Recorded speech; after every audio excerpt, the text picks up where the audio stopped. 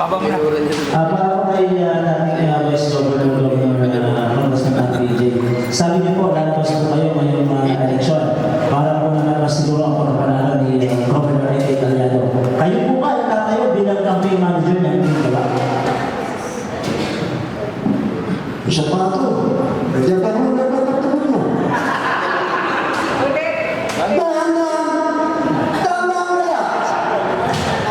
Sabi niyo po, kayo po ay lalabas ngayong eleksyon. Sabi ko, ako ay lalabas.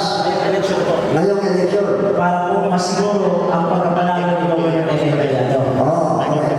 Kayo po ba itatayo bilang campaign manager ng Tingala? Hindi. Kung ako po magiging campaign manager, hindi po ako pwede maging campaign manager ng Tingala. Dahil wala po akong money.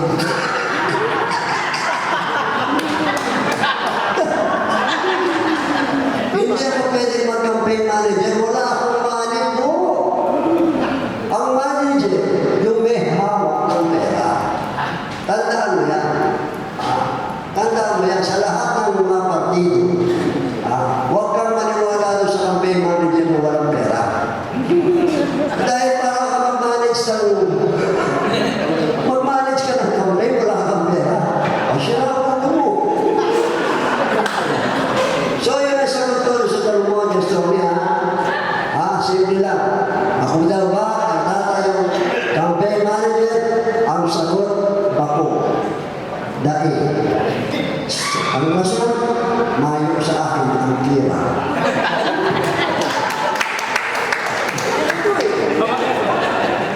Okay, kasama po natin. Salamat po. Naintindihan na, panik ko rin. Kaya huwag ka magka-campaign manager. Pag magka-campaign ka, dapat ay hawak mo muna ang pangka. Diba? At ang susunod mo kong tatanong, si Ma'am Agnes Andrade, yan ang bumibigay. Good afternoon, sir. Governor, RPJ, Sir Governor Ed Italiano, at sa lahat po ng miyembro ng Tingala. Malinaw po na ang pagsama ninyo, in-endorse nyo na si Governor Ed Italiano. Malinaw na nagdadala ninyong gobernador si Ed Italiano. Pero ang katotohanan po, may mga padilya pa na tumatakbo. Vice Mayor na sa Kalipan at meron pong municipal councilor. Ang tanong ko po, sa amin, susuportahan niyo ba yung dalawang mga padilya running for local? Pangalawa po, sige. Tungkol po sa kandidatura ni yung pamangkin ko, si Jeroy Padilla na tumatakbong konsehal sa Jose Panganiban, at yung kapatid ko, si Watro, na tumatakbong vice mayor ng Jose Panganiban, ikinalulungkot ko po sabihin sa inyo, gustoin ko mong sumuporta, hindi po pwede. Bahala sila sa kandidatura nila sapagkat dito po ako sa dahil bumuboto.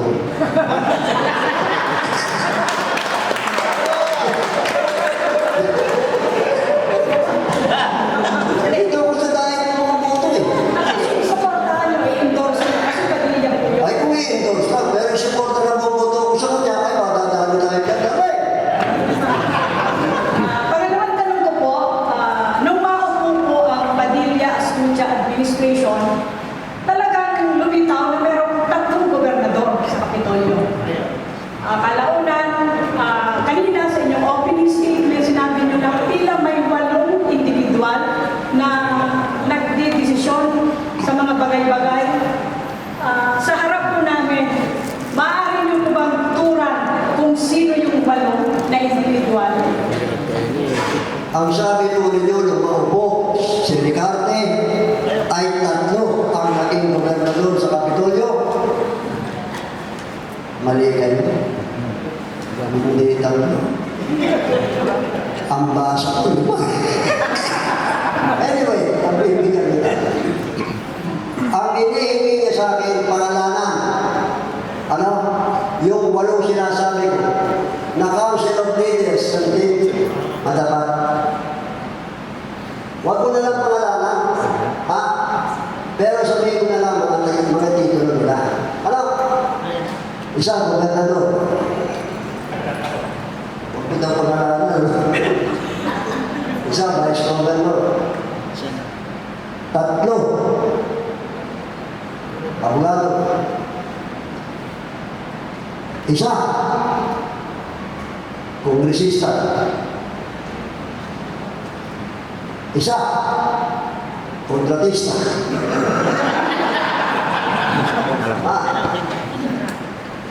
Isa.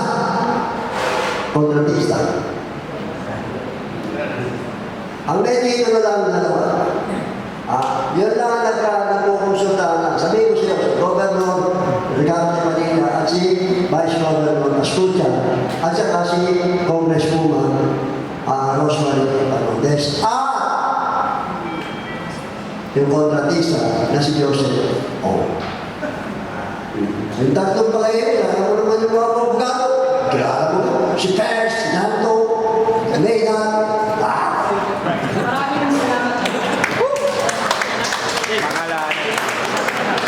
Maraming salamat. Wala na naman ibang tatanong? Okay, sa mga, okay. Matanong si Papa Alan B, ang anak ng Bayan Volcano. Magandang hapon po sa lahat. Bago po ang tanong, gusto kong ibahagi po sa inyo ang aking nararamdaman ngayon. Marahil hindi lang ako nakakatanong dito ngayon. Na magkahalong tuwa at May patanong. hindi ko nga masabi ko. Basta nakakatuwa ako na nakikita ko ng taong bayan na Talyado at Padilla ay magkasama. Ngayon po, aking tanong, lumabas po kayo ngayon na sinusuportahan si dating Governor Amy Talyado.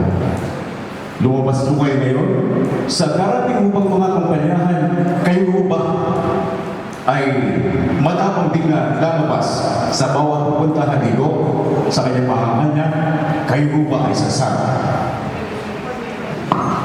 definitely. Ako po ang nag-commit kay Pare Egay na maaaring hindi ako makasabay sa kanya doon sa First District. Sabi ko yung First District, baka hindi ako dumapo ng madalas. Pero siguruhin ko sa inyo, dadapo ako sa Paracale at saka sa Jose Pangaliban. Bakit ako dyan sa dalawang bayan na yan kasama? Una, dyan sa dalawang bayan na natalo ng mga rin sa Parang Egay nung nakalipas na election.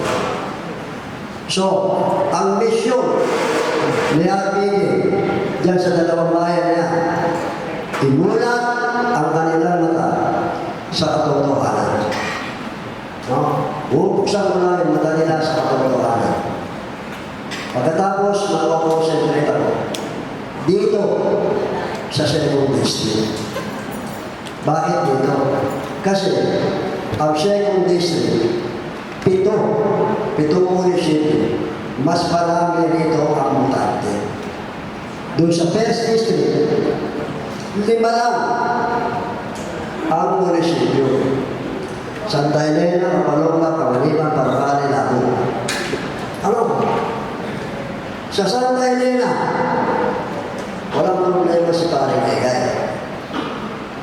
Sa Kapalonga, walang problema si Paring Egay. Sa Lago, walang problema si Paring Egay. So, ang gusto kong puntahan kung nasaan ang problema ni Paring Egay. Nandito. Pitong munisipyo dito. Okay. Mag-head count tayo. Pwede tayo mag-isunin yun. Simulan natin. Bensons. Egay, Talyado, Andre. Talisan. Egay, Talyado, Andre. Mercedes. Egay, Talyado. Baso, Egay, Talyado. San Lorenzo Luis, Egay, Talyado. San Vicente, Egay, Talyado. Dahil hindi yan Egay, Talyado. So, ang concentration ko dahil Camarines Norte para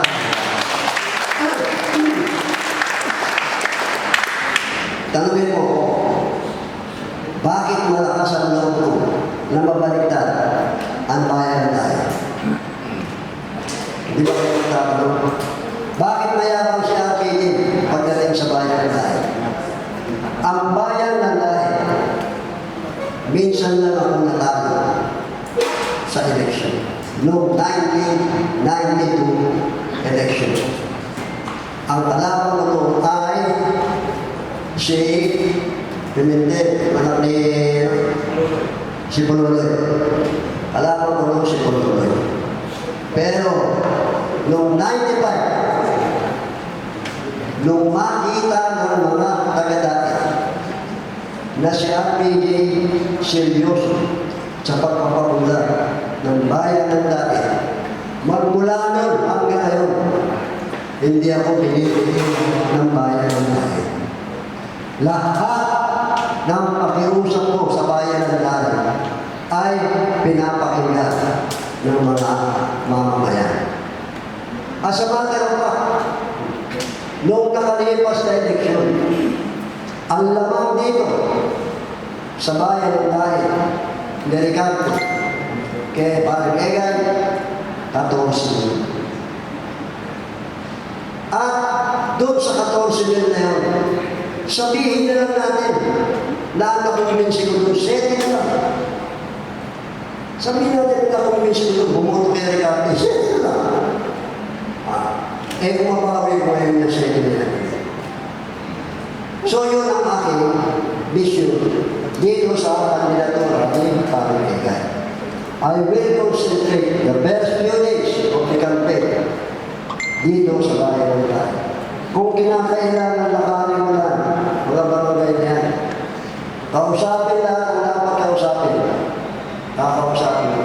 At kung kinakailangan makiusap ng tono, makikiusap ako. Para maipanalo sa bayan ng Lahi, si Egan.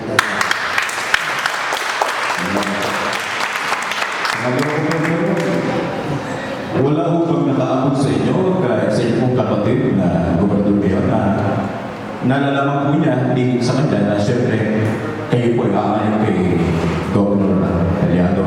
Wala ho bang nakarating sa inyo na kayo pinagplano niyang kausapin na huwag mong gawin niya ito? Ang sunod niyang katanungan ay wala ba ang mga kapatid na nakikipag-usap o gusto makipag-usap para magsama pa kami nito? Bro, I will be very honest with you. Nung lumabas yung Facebook na dinaspo na ngayon parang guys, tinawagan ako nung kapatid kong bunso sa Maynila. Siguruhin yung mga tamaan nito, sabi pick up. Tinawagan ako ng kapatid ko nasa Maynila. Halos umiyak, takot na takot. Ang sabi sa akin, Kuya Boy,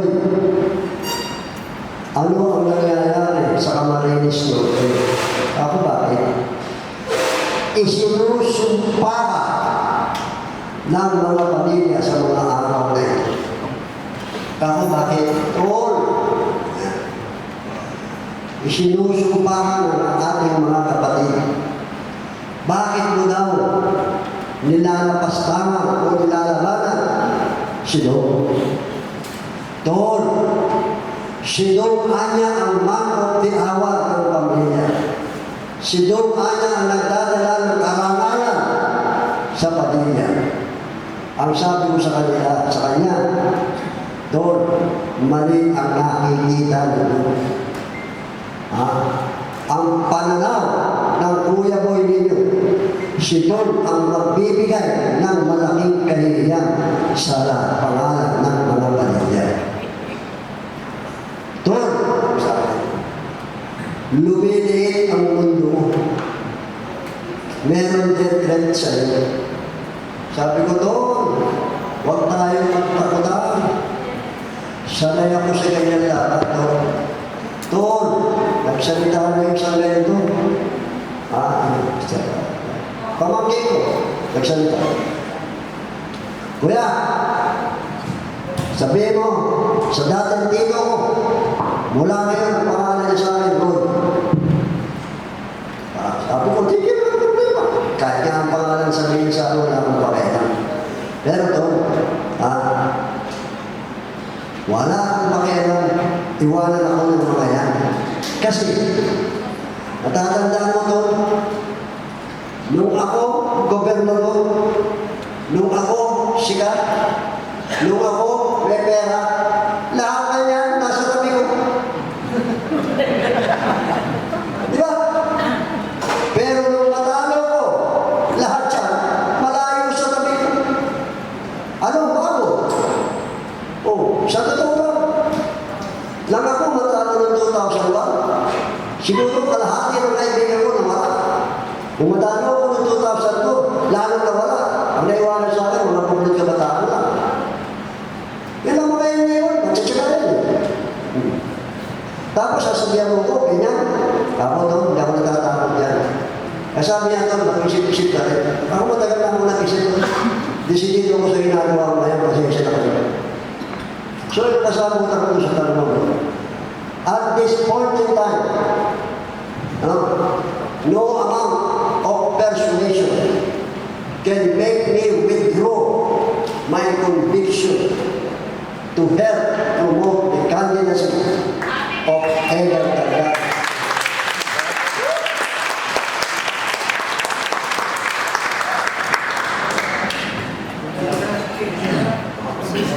Maganda na po po sa organized congressman. Ito pong tanong ko po ay from CND job, madalas tatanong ng mga subscriber namin. Kasi last election, yung mga nakaraang election, ang turnout po ng puto sa Camarines Norte ay umaabot lang ng pinakamata kasi 73%. Noon po nakaraang election ay may pandemic pa.